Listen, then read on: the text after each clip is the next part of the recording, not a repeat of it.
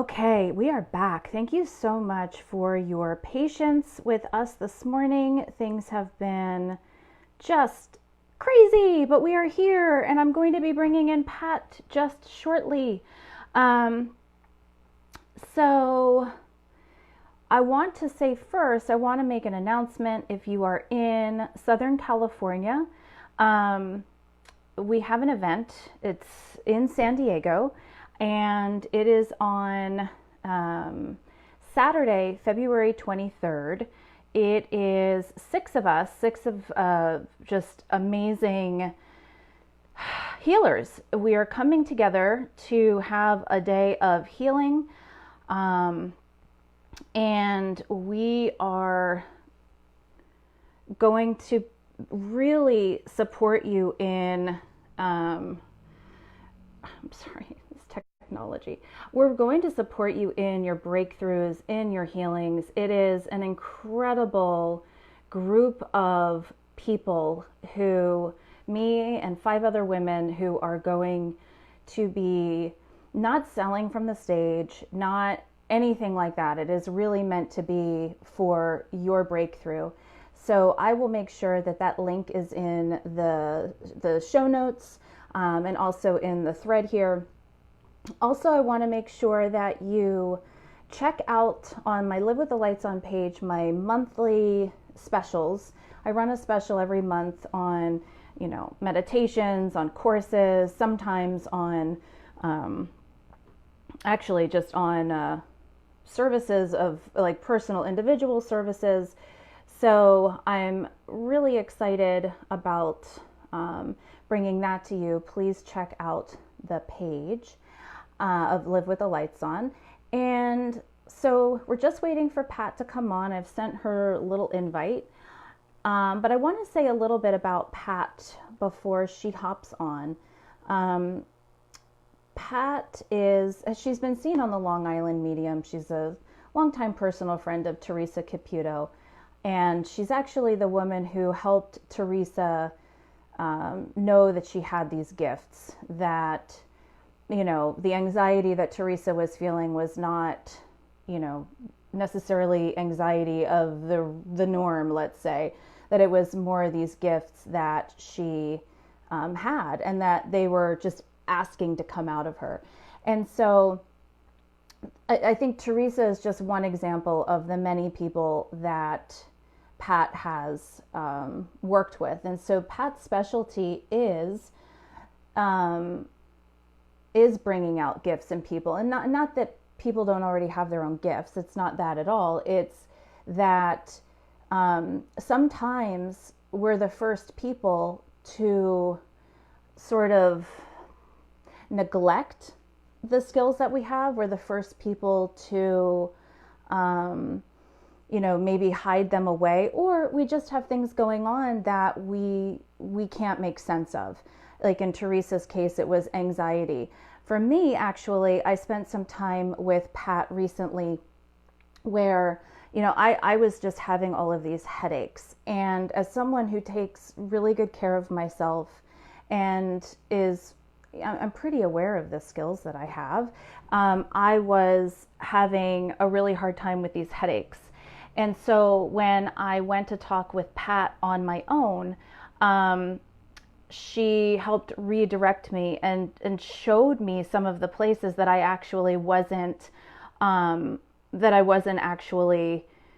utilizing the fullness of my skills, which, as interestingly, as someone who, I feel like I'm pretty self-aware, and I spend a lot of time, developing myself and developing my gifts, or skills. I don't even know if I like to call them gifts, but there was still a blind spot for me. There was a bigger place for me to go. And so with Pat's help, I was able to, bring those out a little bit more. So yes, so I'm getting questions. Is this live with Pat? Yes, I'm waiting for her to answer my response, or my invite for her to join me. So we were just waiting on her, and so I wanted to talk a little bit about her first. She will be coming on live. She and I just got off the phone, so I know that she is aware, we were having technical issues. We were actually going to do this from a different platform this morning, and then through some technical difficulties, we were we were led this way to just doing a Facebook Live. So I'm hopeful that she's going to be answering my request for her to join us here shortly. So I'm kind of going through some of these little messages to make sure that she is in fact getting my invitation. So one of the things that I do want to talk to Pat about today is what are some of the ways that you know if you are concealing gifts that maybe even you don't realize that you have. And when I say gifts, that can be in so many different ways. That can be, I mean, you know, in my case, I'm a clairvoyant. And in Pat's case, she doesn't necessarily see, but she feels energy and she senses energy, and she has a very keen ability to know what's going on with people and how to move energy. So for you, that could be you're a singer and you're not singing. You're a coach, but you're not coaching. You're, you know, an artist, but you're not doing your art. So it's not necessarily, you know, in this world of energy so much as it is, we are all energy beings. And, you know, we have energy that gets stuck if we're not using the energy that we have to put it towards our purpose and what it is that we're supposed to do. So that is a place that energy gets blocked with people, no matter what it looks like. And so I do want to talk to Pat about, you know, how does she perceive that, and what are some of the examples? And then, you know, I think one of the big things is that it takes a lot of courage when we know that we have these specific gifts. It takes a lot of courage to step out and show the world that this is who we are and this is what we're bringing to the world. And I know for myself personally that I judged my own skills for a long time, if I'm being 100% honest. They kind of scared me, even though they brought me a lot of comfort. But I really feared being out in the world because I knew the way that people like me were judged or could be judged. And that doesn't mean that, you know, everyone does. And we've certainly come far from where things were when I was born, which was 1977. So things have come really far in that world. And yet there is still judgment about, you know, things, the kind of work that I do.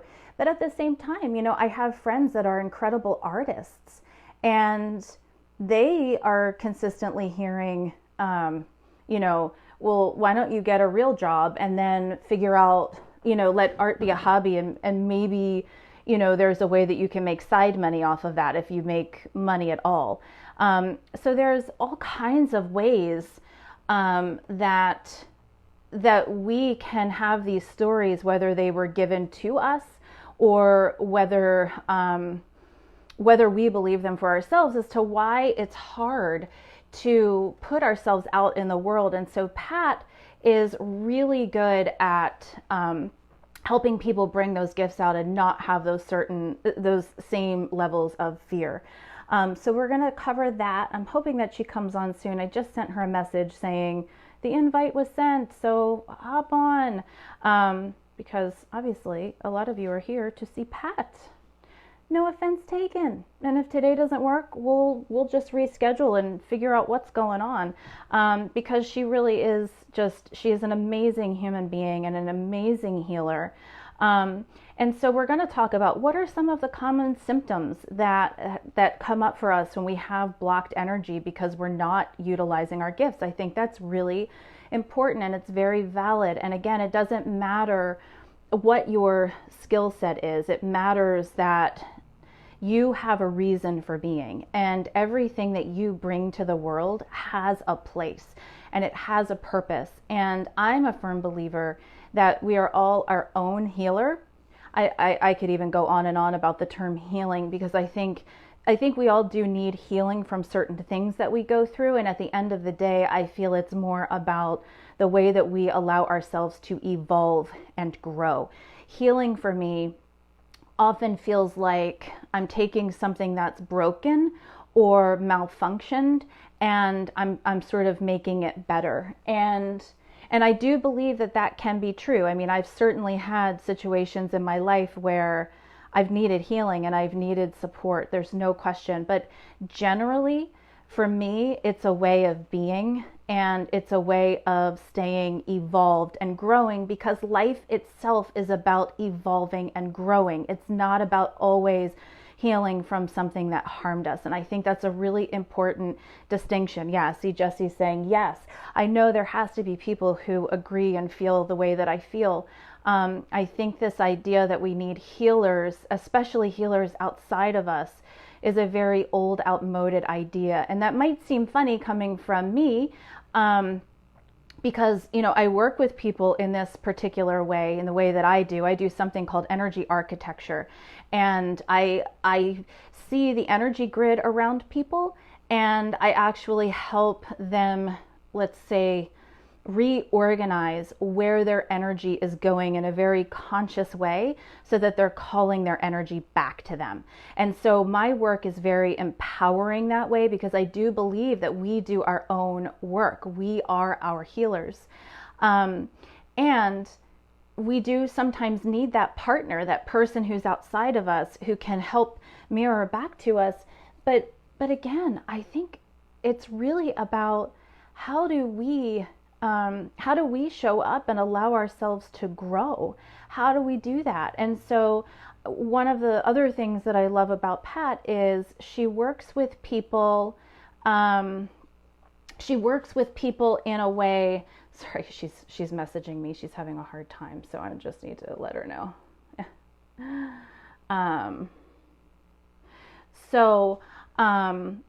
You know, there's a way that we can partner with people and empower them, and that's something that Pat is also really good at. These are things that I do want to talk to her about, and I think she's just having a really hard time understanding the technology here. So we're going to see if she can find her way on.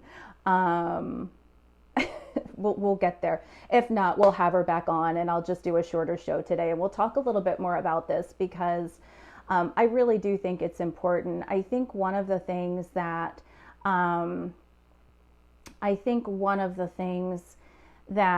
is also interesting, and I want to say this is not a way of slamming the church or religion in any way, not at all. I really do honor all walks of life and all ways of being, and I feel like there's a million ways for us to be on our spiritual path.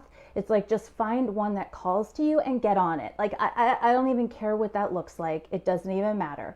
But one of the things that I recognize that became prevalent as Christianity was born and became, you know, something bigger, was there was this person outside of us who was our access to God or to Jesus.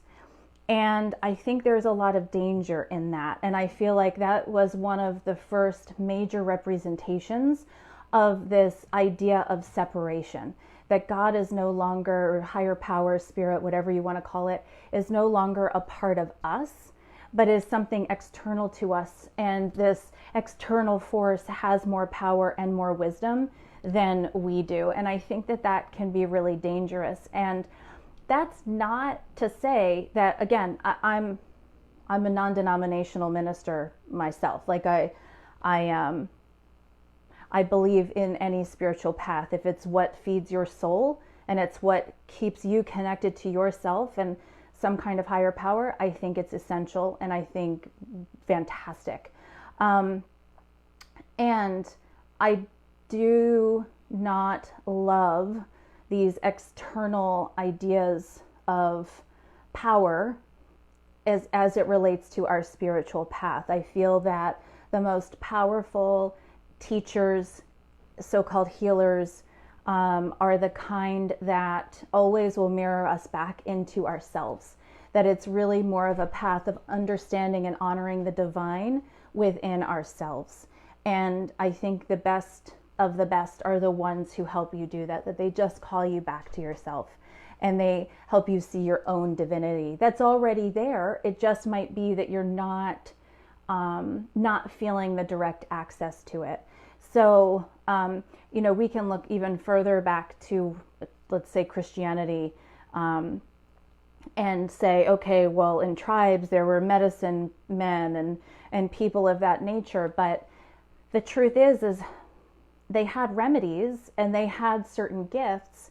And at the same time, they never showed up as a means to be this external God-like force. That they helped you become one again with your own God self. And that was truly their job. And to me, that's like the highest form of wisdom, and it's the highest form of teaching, and it's the highest form of being present with people and nourishing people back into themselves. And so if there's any healing or any evolving that needs to happen, particularly the conversation around healing is taking people back into themselves so that they can discover their own wisdom and be their own guru in a lot of ways. That, if there's healing, that's the healing. That we're not looking at external forces. And so back to why I'm talking about Pat. And for those of you who are just joining me, we're having technical problems. And it's far enough in that I think we're just going to have to invite Pat back. I think she's having a trouble on her end. So we'll need to figure out what that's about, and we will have to reschedule. But so I guess this was just a huge advertisement for what we're going to be talking about with Pat, because these are things that really call to my heart, and a place that Pat and I meet in a very level playing field, where the ultimate goal of any kind of work that we do with people is to really bring them back to themselves. And for, this spirit, higher power, God self, or divinity is really something that we experience inside of ourselves and not external to us. And that there really isn't healing for the most part. It's that we're a part of this amazing life that's calling us to expand and grow. And so we'll be sure to talk with Pat about all of that. And I think, she also works with past life regressions, which I find really interesting too. I actually have a lot of thoughts around that. And I can tell you that I've had so-called readings where I was told a lot about past lives, and I can honestly say that feels kind of irrelevant to me unless there is a reason for it. It has to matter now. There has to be relevance, or it just seems sort of like a dog and pony show. Okay, we can't legitimize this. We can't, why do I care and why does it matter? And it's not that it doesn't matter, but it has to be relevant to the here and now. So she journeys people into past life experiences when they're dealing with something current that they cannot seem to get past. And so she helps them understand the nature of their soul's journey as to why they're coming up against something now that doesn't seem to be healing for them, if you will, or evolving for them, whatever it is. So I think that's a really interesting way to work, and I'm a believer in past life, future lives, all of that. But let's see. Oh, wait, Pat, add. Let's see. We got her. Holy moly, she's coming on. It's adding. It's adding. Just be patient. This is good. Yeah. There we go. Wait. There you go. Boy, oh boy, has this been a trial. It's been I think our energy, I'm going to go with that. We are just so powerful, Pat, that none of this technology knew what to do with us. Let's go with that. Listen, let's go with I'm 69 years old and I have no idea what I'm doing. I'll take that. Okay, that works I am, too. I happen to have a husband who knows how to do all of this stuff for me. Otherwise, I'd be like a fish on a bicycle. So it's fine. well, I was having trouble with my computer last night, and I had a techie over here until 1 o'clock in the Oh, morning. geez. And I was having all kinds of problems with my computer. So immediately I thought that's what it was, because it was shutting down programs. It was doing all kinds of things. But Oh, we're geez. here now. We're I here can now. breathe. Great. Yeah, breathe, breathe, breathe. And actually, so it's funny because I was just about to call it a day, but I was talking about some of the things that I want to talk with you about.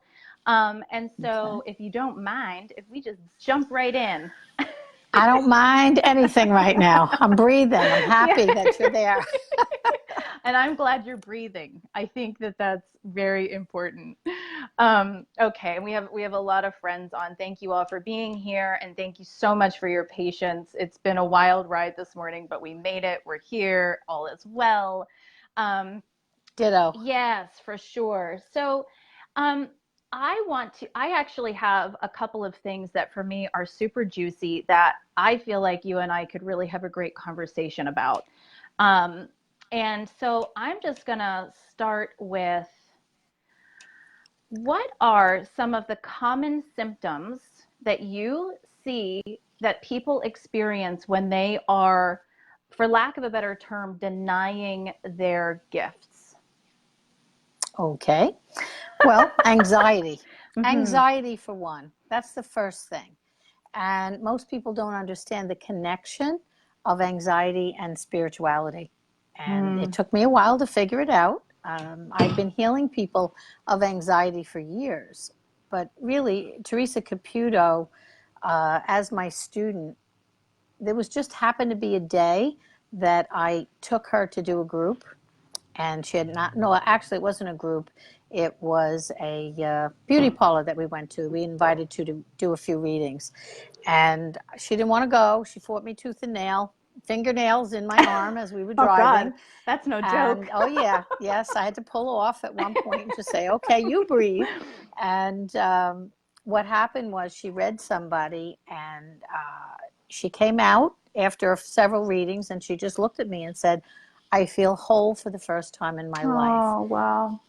And I saw the shift in her anxiety. She was super, super, super anxious. So I began to pay closer attention to people and their anxieties as they connected to mediumship Mm-hmm. or hearing or seeing or feeling. Mm-hmm. And the link really is that tremendous anxiety. Yeah. And, you know, the book I just wrote, it won't be out until I think the end of August, but it's called The Gifts Beneath Your Anxiety. And it's really simple spiritual tools to help you open up and eliminate the anxiety and also connect with your spiritual gifts. Mm-hmm. So that's one of them. Mm-hmm. All right. Now, the empath. You have the huge empath out there. We're all, most of us that are in this field at this point in Yeah. time are empaths. We Yeah. feel other people's energy. But think about it this way. You and I, right now, two people in a conversation. Mm-hmm. And with each of us, we have at least one guide, all right? At least one. Mm-hmm. So now there's four of us in the conversation. Mm-hmm. And then we have a little team of angels. So let's say you have two and I have two, and now we're eight. So add that to the fact that you might have two loved ones on the other side, and I have a lot more than that, but we're going to go with two for numbers. Now we're 12 energies, all right? You and me, 12 energies. Now think of all the people that are listening and multiply that, or take it to the movie theater and multiply. And understand how much energy is walking around with us every day. Mm-hmm. So the people that are strong empaths, and I say strong empaths, there's all different levels, they're feeling that energy. Not Mm-hmm. just the person sitting next to them or behind them, they're feeling the energy of the people that accompany them, the spirit that accompanies them. And they become more and more and more anxious. So I teach people how to protect themselves from that so that they can go out in public. And you're so good at that. You really helped me with that, even though I've been years and years doing this, just as a psychic sponge. You had a technique that just helped me so much that I am consistently using, because it's like I can't go anywhere without it anymore. I'm sorry, I'm using my phone, so my everything's moving. Me too. Yeah, I'm like, I'm not used to this. We're just totally on the fly today. I did see a question pop up on the feed. The question was, had she always felt anxiety? Yes. Okay. Teresa, as a little girl, had all sorts of things happening at night, like many, many, many of my clients that come in. And the listeners, they have all the things that go bump in the night. She didn't know what it was. My son used to sleep there a lot. He's very good friends with her brother. And, they just paid no attention to it. That's just Teresa. That's just Teresa. And she was always edgy and full of anxiety. And, she started to come to class and everything changed. It's amazing. It just, listen, I see this every single day in my office, every day. Yeah. More and more people are coming. And now that they know what I do, as far as in the spiritual aspect of it, not just the healing. Listen, remember, I was a healer for years. I just worked with people who were sick. And I did work with anxiety, but it was a sickness. So I healed it. I just did it differently. Yeah. I have people that I worked on 15 years ago that have never had anxiety again. And I didn't have a clue that it was all connected then. Now I know the connection. So they're coming in hand over fist. Yeah. It just goes away. Well, it's true, because I had asked you for help with my headaches, and I know that that's been a huge help for me. So mine came in the form of headaches, not anxiety. And and as you know, I've been doing this for a long time. Like I said, like it's been years for me, and still these headaches were super unexplainable. And so our time together really did help me with that a lot. And I'm wondering, is any of this a part of your story? How did you get into this work? Okay. It sort of happened overnight, actually. I'll just say my mom was diagnosed with inoperable breast and bone cancer, I believe when she was 69. Now, that was in 1994. I went to a psychic, and I had an appointment, and the psychic said, I see it here, here, here, and I think they missed some spots here. And he handed me a card. Oop, I lost you. He handed me a card, and it was for a healer. And he said, I said, she's got nothing to lose. What's a healer? So I took my mom to the healer, and the woman did a healing on her. I did not see it. I wasn't present. But my mother went into remission after that, and my mother lived for 15 years. She did her due diligence with the oncologist. She did all these different things, but she just got better and better and better. And he actually enjoyed her coming to his office. So at that point in time, everything just kind of fell into place very quickly. I found myself in a spiritual class. I was only there for 3 weeks when my hands began to heat up. And I mean hot. And I said to my husband, I don't know what's the matter with me. Is this menopause? My hands are burning hot. I can't cool them down. And, of course, that was silly. But I was thinking, I didn't know why my hands were like this. And the following week, I went into class, and the teacher told me to put my hand on somebody's leg in the class, a woman who had suffered from joint pain from an old car accident. And it was a rainy Monday morning, and that's what happens. You ache. So she asked me to move over on the couch. She moved over. She said, could you put your hand on her leg? And I really looked at her like she was crazy. Like she had two heads. Why would I put my hand on this woman's leg? And she said it again, and I said, okay. And I didn't do anything. I just put my hand on her leg. 2 minutes later, it was gone. First of all, she told me my hand was on fire. 2 minutes later, she had no pain. So that's how it started. I didn't know what I was doing. And I practiced on a few of my siblings without their knowledge, trying to figure it out. And this one had a stiff neck. This one had a headache. But I then got the stiff neck and the headache. Theirs went away, and I got it. So I went home, had a little chat with God, and I said, look, something's not right here. I'm more than willing to do this. I'd be happy to do this. But I can't walk around with everybody's pain. And I didn't, again, as a child, I was always, my father called me a hypochondriac lovingly, but I was always seemed to be sick. Yeah. And I had 5 siblings, and they were sick. I was sicker. So I was picking everything up all along, and I didn't even know it.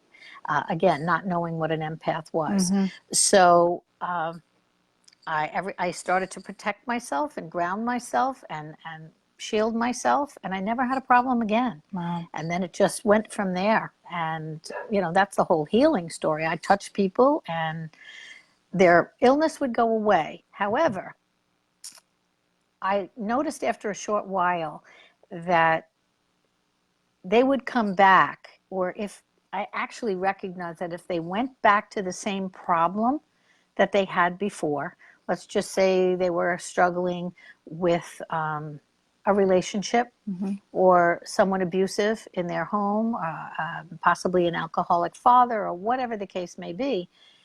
If I put my hands on them and made them better, they would go away, but they still were dealing with the same stuff, and they were only going to get sick again.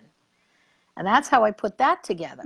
So I said, all right, I'm going to start working with people. I'm going to start counseling them. I'm going to help them understand how to forgive, how to let go. I'm going to find where the problem is that the illness came from. And I was able to do that. So time went by, people were healing, but they needed what I said even more than they needed my hands. It was teaching them and training them how to let go of things and how to, again, that forgiveness is huge, but forgiveness of self and others is very important, and how to love themselves. So that's what I did for the healing. And then I said, well, this isn't enough. I think that if I bring people in that are healthy and I teach them how to heal before they get sick, and that began my teaching, and it started that way. And then people started to meditate, and next thing you know, their gifts were coming out. Meditation is the key, by the way. And their gifts would begin to come out. And next thing, really, I had no control over it. God just gave me the gift of discernment, and I'm able to, even though I don't do mediumship, which people question me on all the time, I just know how. And it comes naturally, and I expand their gifts. I love that. I'm doing it forever now. Yeah. It seems like forever. Yeah. I love that. And I love that you're talking about teaching people how to, heal themselves and have this information. That's some of what I was talking about before you hopped on, that I think one of the most important and powerful ways that we as practitioners, and anyone out there who's wondering what are my skills or what are my gifts and how do I use them in the world, is ultimately what we're doing is we're partnering with them so that they can really experience the divinity inside of themselves. And so we're that mirror, and we're that gentle guide to send that energy back in the direction of themselves, and not this externalized idea of healing and, God is out there and not in here and all of that stuff. That I think it's that initial separation that opens the door to us having some of the issues that we have. I mean, what do you say about that? Okay. I'm actually watching all these people coming up and down on the screen here as you're talking.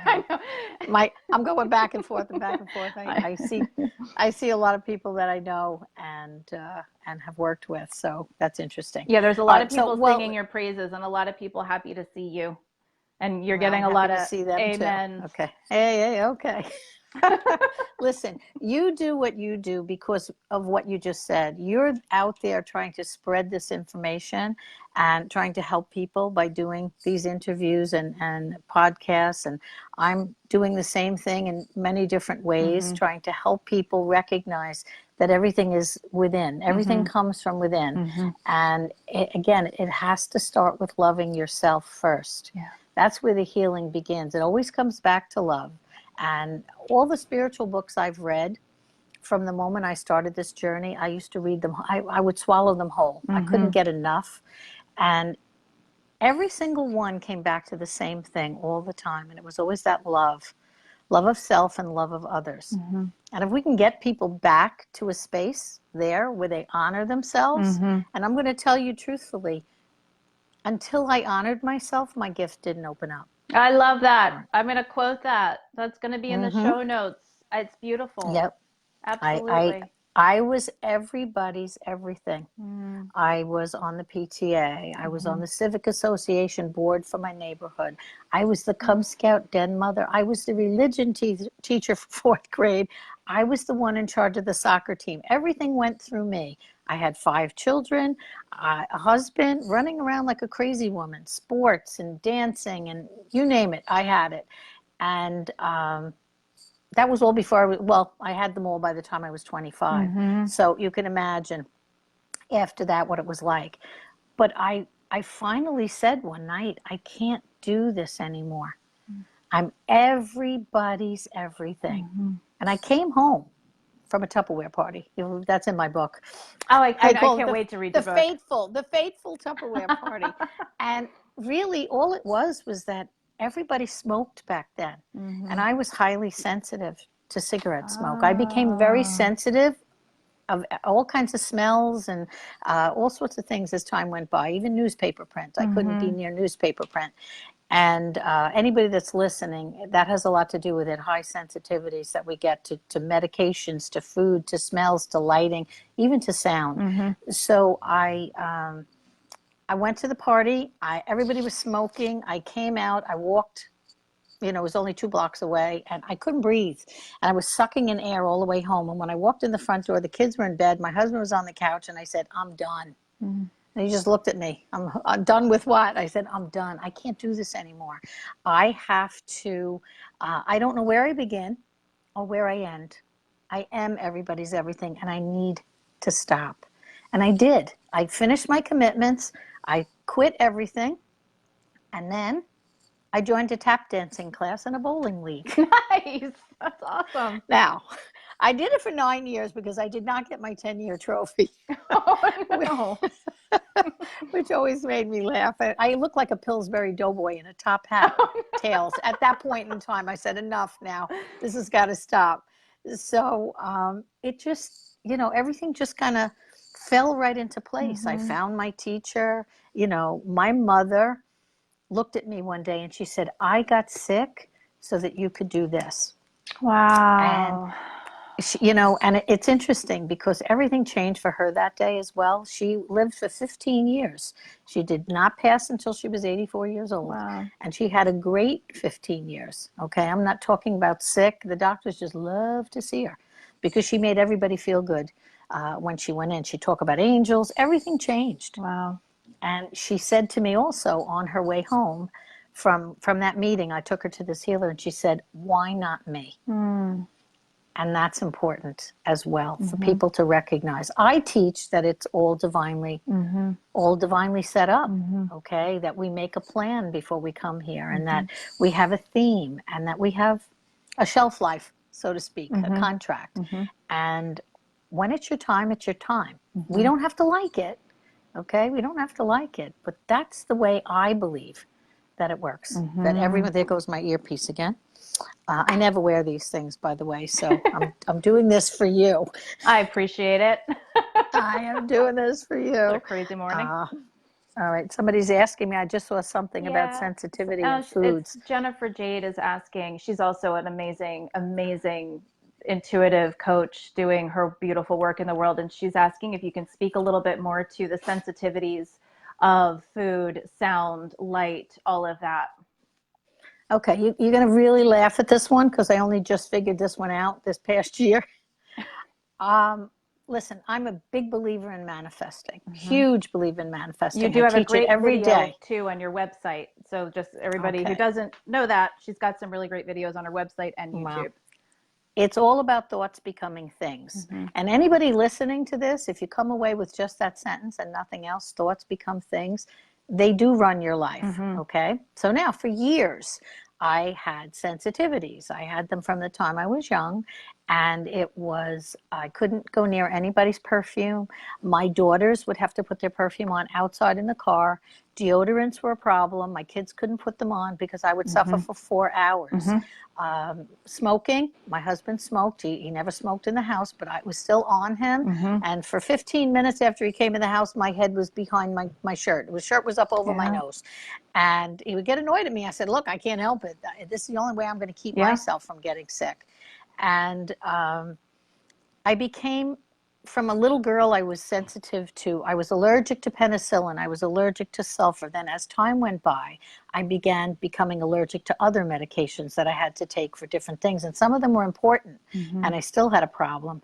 So the smells were diaper wipes. Okay. I have 16 grandchildren, and baby wipes is a problem. Okay. And I can't touch anything like that. I can't touch even old dust. I can touch new dust. Okay. That's easy, but I can't touch old dust. So if something's been put away in a storage unit and I go back in, I can't even, I have to keep washing my hands and my arms because the sensitivity is ridiculous for me. Lighting in a Home Depot or in public schools where you have fluorescent lighting, very sensitive to many sensitive people in this field. And not even in the field, they just don't know it yet. Right. So anyway, I went into anaphylaxis a couple of times from people's perfumes, even on a soccer field, downwind. A person had it on, and she had, it wasn't poison, it was a different one. Poison I was highly sensitive to. So I would put my scarf over my face, and I would breathe my own oxygen for a while. And, I finally located who it was and had to move away from me so that I could breathe. But this is the kind of stuff I went through. So here's the funny part. I had some issues with my heart, January 2017 and January 2018. So I had to take medication, and I was having problems because I was allergic to everything they gave me, one after the next, after the next. And the doctors couldn't understand it because they weren't the normal sensitivities, but I said it's on the second page. I still have these sensitivities. Believe me, I have pain here. This is happening. My legs are cramping. I'm losing my hair. All kinds of things were going on. So one day, I was sitting there thinking, this is ridiculous. Thoughts become things. And I went in and I had a little chat with my medication. There's a whole row of them. I looked at them and I said, okay, guys, this is what we're going to do. Thank you so much for helping my body heal without side effects. Done. Don't have them anymore. Okay? I love that. It just explains even more the power of thought. All right, I don't have problems with people's perfumes anymore. They're all gone already. I have it on my homework. When somebody's invited to come for a session, I have it on there, but I don't have it on there for me. I had it on there for one of my students a while ago. It doesn't affect me anymore. My husband's passed, and now he gives me cigarette smoke to walk through as his calling card, which, again, I yelled at him the first time, and now I just laugh because I know he's around. Yeah. But what is Patty supposed to say? Why is that funny? What is it? Why funny? It is funny. You also have people vowing to never wear perfume around you again. So, well, I'm sorry. I missed something, Patty. You're actually right. The reason why it's funny is because I walked around for years telling my students, I don't like medicine and medicine doesn't like me. Oh. I don't like medicine and medicine doesn't like me. Okay? And that's what I recognized. I missed an important piece there. Thank you, Patty. But that's what it was. So now I don't have those issues anymore. So everybody's just got to, you got to look at it and understand it and really start to think, I have control over this. All right? I have control over it. So listen, we're all works in progress. No one knows everything. I don't know everything. I never say I know everything. There's so many people out there to help other people in different ways. Yeah. It's the right person at the right time and the right words that they give. Yeah. I love that. All right. I could talk forever, so you're going to have to keep asking me what you want. Oh yeah, no, this is why we're here. We're here to just chat. I do have a question though, or something I want to talk about. That you do past life regression work, and I would love to hear a little bit more about that. Okay, we have another question about medication. So why don't, just so Yeah, we I don't have to saw come that. I back. saw that quick. It's Yes, about chronic pain. it does the And same I'm just going process to used for say, medicines work for yeah, I'm chronic going to say pain. it does work. Mm-hmm. It does work that way. I teach people with chronic pain to say things, certain affirmations. Some I've made up, some I've gotten from, I just went blank on her name, Heal Your Life, Heal Your Body. And I should never do that because I know who it is, but I'm also 69, so I forgive myself.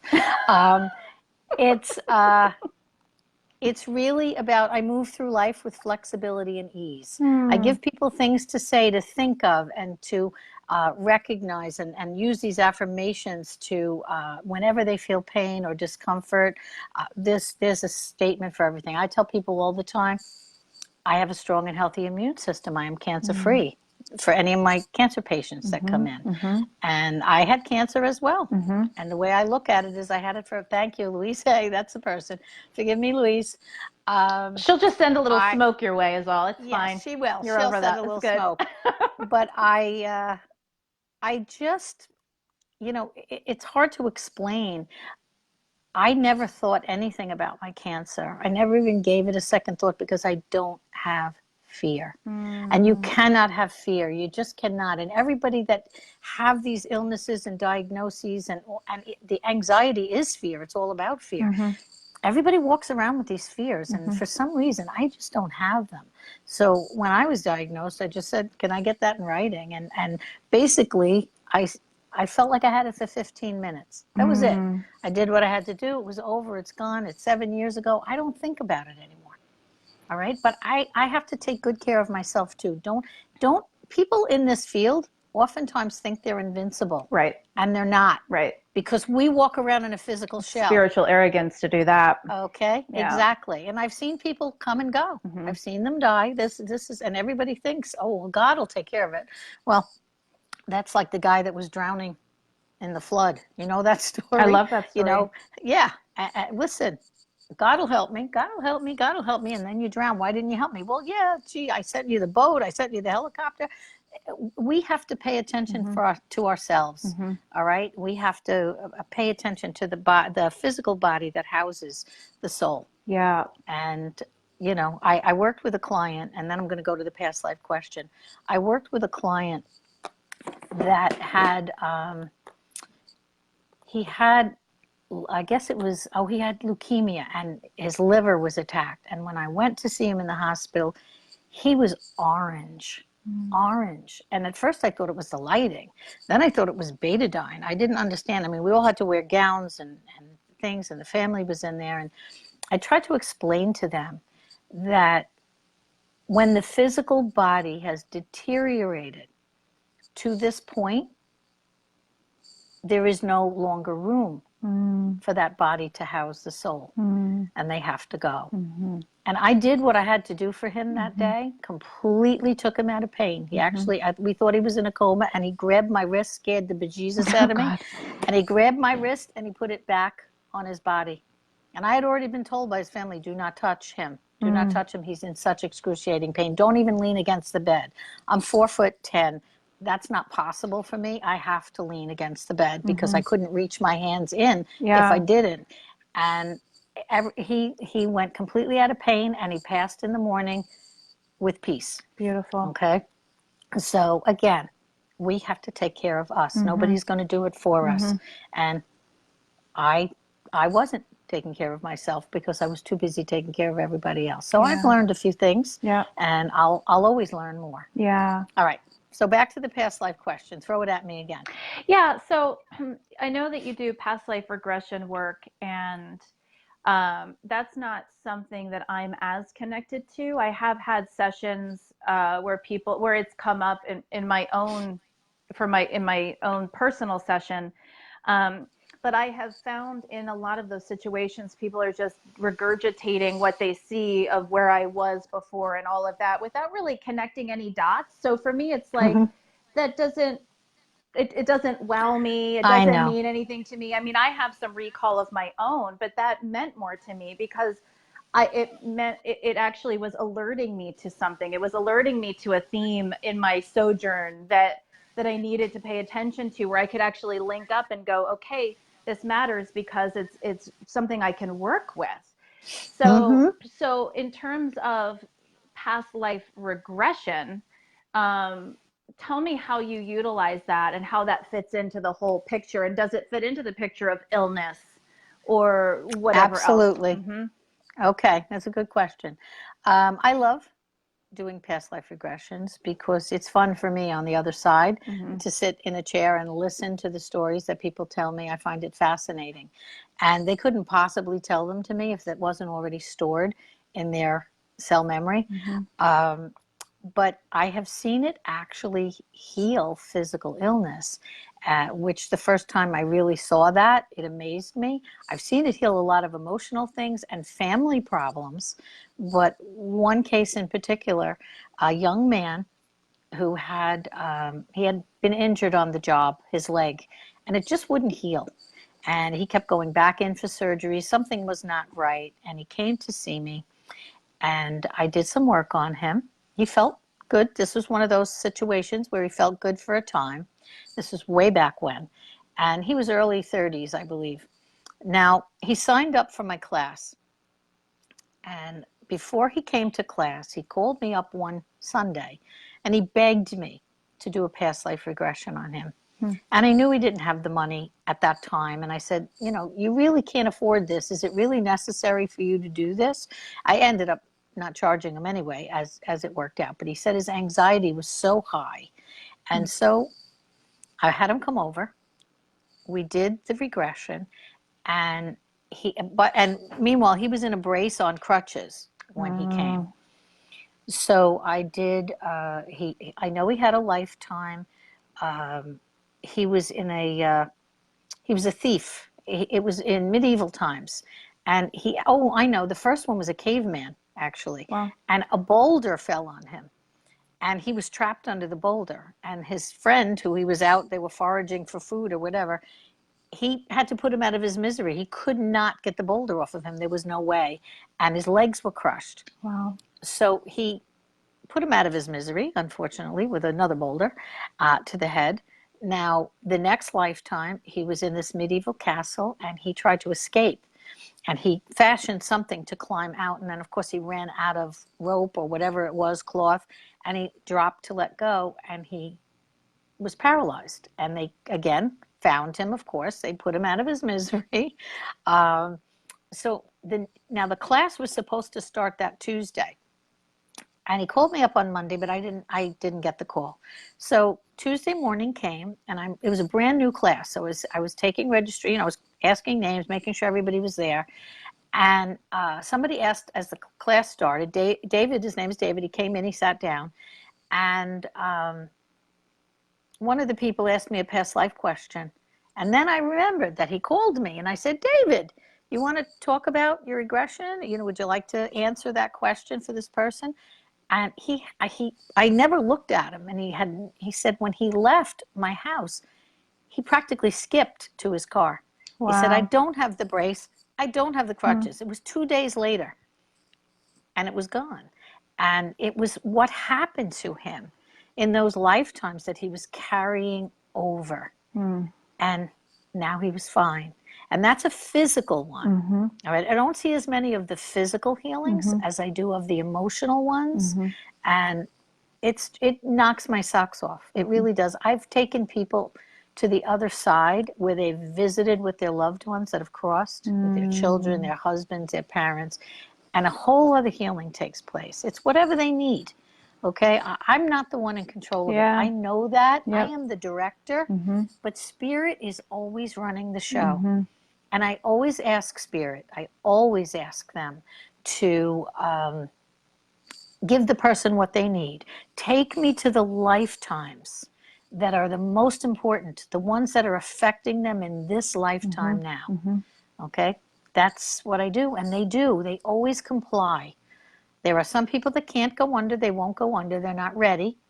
It's somewhat of an anxiety, and sometimes I think it's just not time. Yeah. I actually talk a lot of people out of regressions. Oh, interesting. Because when they come in, they think they want a regression, and I say, I don't know them. So I say, well, why do you want a regression? And they'll give me some explanation, but most of it is because I need to get rid of my anxiety. So I say, well, stop there.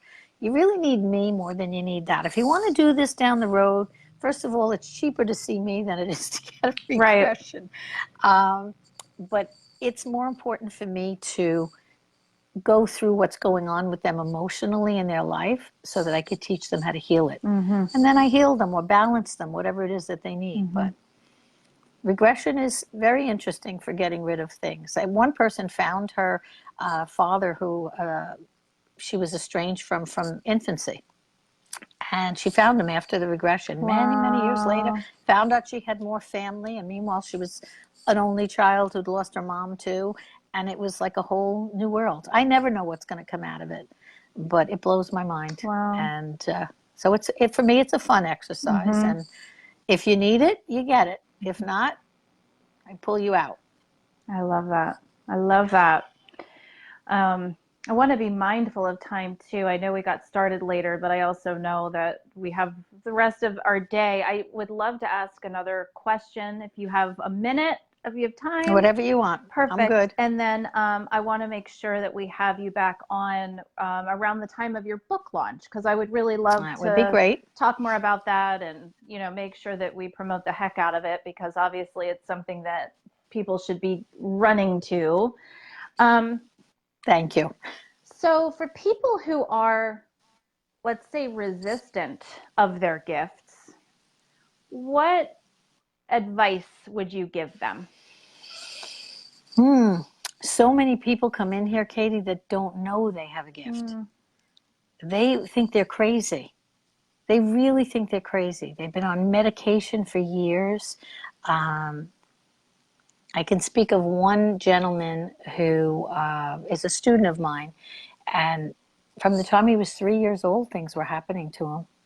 But until he was 53 and walked through my door, people, he was hiding from it because he didn't understand it, because people basically told him he was crazy and don't talk about things like that, whether it was religiously or, his culture. Mm-hmm. And then his whole world opened up. And that's the amazing thing to me. I don't know that people deny it as much as don't recognize it.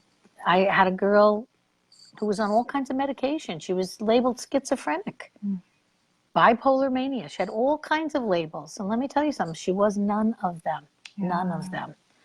And she left my house. And meanwhile, she had spirit, good cop, bad cop, talking in her ears constantly, thought she was crazy.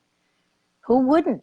Young, in her 20s. And she came to me, and when she got home, she said, felt like I had cotton in my ears all the way home. Wow. There was no more voices. They were gone. And again, that's another whole subject of psychic attack and all that. That's I have that in my book, and it's for another day. It's too much to talk about, but it's why it's so important for people to ground, surround yourself in light, ground yourself into the earth, because that creates balance. That creates balance. When you surround yourself in God's love and light, you're connected to God. And when you ground yourself into the earth, you're connected to Mother Earth, and it creates balance. And the shield that we put on, or that I offer to people to wear, to cover their heart and their solar plexus and their lower abdomen, it's all done by thought. And that will stop your anxiety. Okay? You know that. I know that. It'll stop your anxiety. I do it every day. I wouldn't be in business if I couldn't put out, what it is that I preach. It's just, I don't know. It's amazing. It's an amazing journey, the whole thing.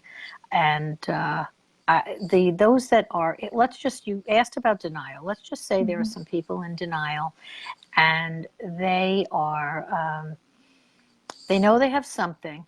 They're not going to like what I say, but I've had students that came to me knowing that they had something, and they work in my class and they do well, but then they disappear. They go away. They get caught up in life, whatever happens, and they're gone. And then they come back maybe a year later, and they're dabbling. Again, they know there's something going on, and I know they have a gift. We've already talked about it in class, and then they disappear again. Then I start hearing they're sick. Okay? And when someone actually knows that they have something and that they have an ability to help another human being, That does not mean you have to hang a shingle and say, I'm a psychic, I'm a medium, I'm a healer. It does not mean that. Your intuition was given to you by God so that you can use it to help you in your life and with your life purpose and direction. And if you have a bigger gift, and that gift is to help other people, and you're not doing it, the rug's going to get pulled out from under you. Oh yeah, That's what I've I have learned to say that. about that. I have learned that. Oh my goodness. We do have another, just one, I think this is a really good question. It's Linda Johnson saying, I have one question. I saw it. Yeah, It's the one thing that went by that I was going to answer. Yeah, and just for people who are listening on the playback and not watching live, the question is this a gift that can be passed along to a child from a parent? 100%. Actually, listen, I'm going to tell you again. God gave us life. I'm going to say it a little different. God gave us life. God, my God, that's who I talk to. You can call him anything you want, or her. Gave us the gift of intuition. Gave us a guide to help us navigate that intuition, and gave us the biggest gift of all, free will choice. Okay? Now, he handed us those tools and said, here, go work with it, see what you can do. And that's kind of what I do too. I give people homework, I call them tools, and it's the same type of thing. Whether you use them or not, you're not going to get in trouble by me. I just did everything I could. But as far as the children go, everybody has it. Every child that is being born, has been born since about the year 2012, is wide open. They are wide open. So they're all going to be coming in that way. But I do find it tremendous in families. So I'm often heard to say the apple doesn't fall far from the tree. Okay, I ask a lot of my clients that come in here with anxiety, how many children do you have? Any of them have any of these traits? And I always tell them, Google an empath, put them out, see how your kids feel about it, see how you feel about the child. Listen, I deal with little children all the time that are, again, I have a granddaughter that's a medium. She's only 13, and I knew it at 8.5, and she didn't have a clue. And is it just as true with grandparents as well? That was another question that came up. Is it multi-generational, do you find? Yes. Yeah. Yes, 100%. Yeah. In my family alone, my grandmother was a tea leaf reader or a coffee grinds. I don't know which one it was. It might have been coffee grinds because she was a coffee drinker. My mother told me about a few things that went on with her, but she never acknowledged them. Little things here and there. And my sister's a medium. I know my other sister's a healer. She just hasn't addressed it yet. I have a nephew who is a healer, a medium, and a teacher. I have a spiritual teacher. I have a grandniece that's 14 that's a medium. I have my granddaughter that's 13 that's a medium. I have another niece that's a medium, another grandnephew that's a medium that comes to my class, a grandniece that's a medium. I mean, it's all over the place. It's all over the place. And they all had anxiety. Interesting. They all had anxiety. I have never had anxiety. Okay, I only know a handful, and I mean a handful of people that have not experienced the anxiety that comes with mediumship. Wow. So they're the odd men out. And I've always been very level and balanced and not had to deal with that. I had all the other stuff. Yeah. I had all the physical illness. I felt everybody's physical pain. You know, if you were sitting in a room with me years ago and you had a pain in your shoulder, I'd have a pain in my shoulder. Yeah. Until I walked over and touched you, or until you acknowledged that it was yours, I would be stuck with it. I relate. Of course, Yeah. I learned. Yeah. I learned how to keep that from happening. Yeah. And you know, listen, I could go on for days. At this point, you should know that. I never run out of things. I have stories after story after story after story, whether it's healing, whether it's mediumship, whether it's anxiety or regression. And this is fun for me. Yeah. I like to share. Yeah. Well, I'm so glad that you came on and that it all worked out. It's been with our crazy little with our crazy morning. I think really that was me. Honestly, I could, because I don't use my phone. Yeah. I do not use my phone for Facebook. Yeah. So when I look at it, I'm like, oh, go away. I don't use it for emails. I don't use it for anything like that. Yeah. You're welcome, Linda. And So I was figuring it was going to be the computer and it was all going to work out. Well, yeah, originally that was the plan. I know I actually don't keep Facebook on my phone because it's just too much. So on days that I do shows, I will download it so I can tag myself or do whatever I need to do. But generally, too much. Listen, even the words you're using are foreign to me. I'm still trying to figure out how to tag somebody. Every day I have somebody trying to tell me how to do Instagram and how to do this and how to do social media. I have no clue. Yeah, no clue at all. It's fine. I'm working on it. Well, you've made it this far without all those bells and whistles, I think. I think you might be okay. Listen, what I need really is one of my grandchildren to come in here and tell me what to do because they can operate everything so quickly. Yeah. And I don't know if this part can take it in. But right. I'm working on it. I'm working on it. Well, all right, thank Katy. you. And just best place to find you. Do you have any events coming up that you want to share? This would be a great time to do that. Okay, so let's see if I can think of anything. I have a psychic fair coming up for those of you, at least in the tri-state area, on March 10th. And we have 32 mediums usually around that point, or photographers, numerologists, 10 healers, and a whole room full of spiritual vendors. It's an event I do every couple of months. I have been doing galleries now, gallery showcases for my students to show their wares. That's and great. We did one in December, we did one in February. I'm sure people would like me to do it every couple of months, so I'm working on that. I will be heading out, I don't have all the info yet, for the third time to Chicago, Lake Geneva actually, which is Wisconsin, to do an event there, All Souls Weekend. Great. But I think we moved it a little ahead into the end of October, so that'll be published. Anybody on my emails gets my contact information. I always shoot it out. And of course the book. Yes.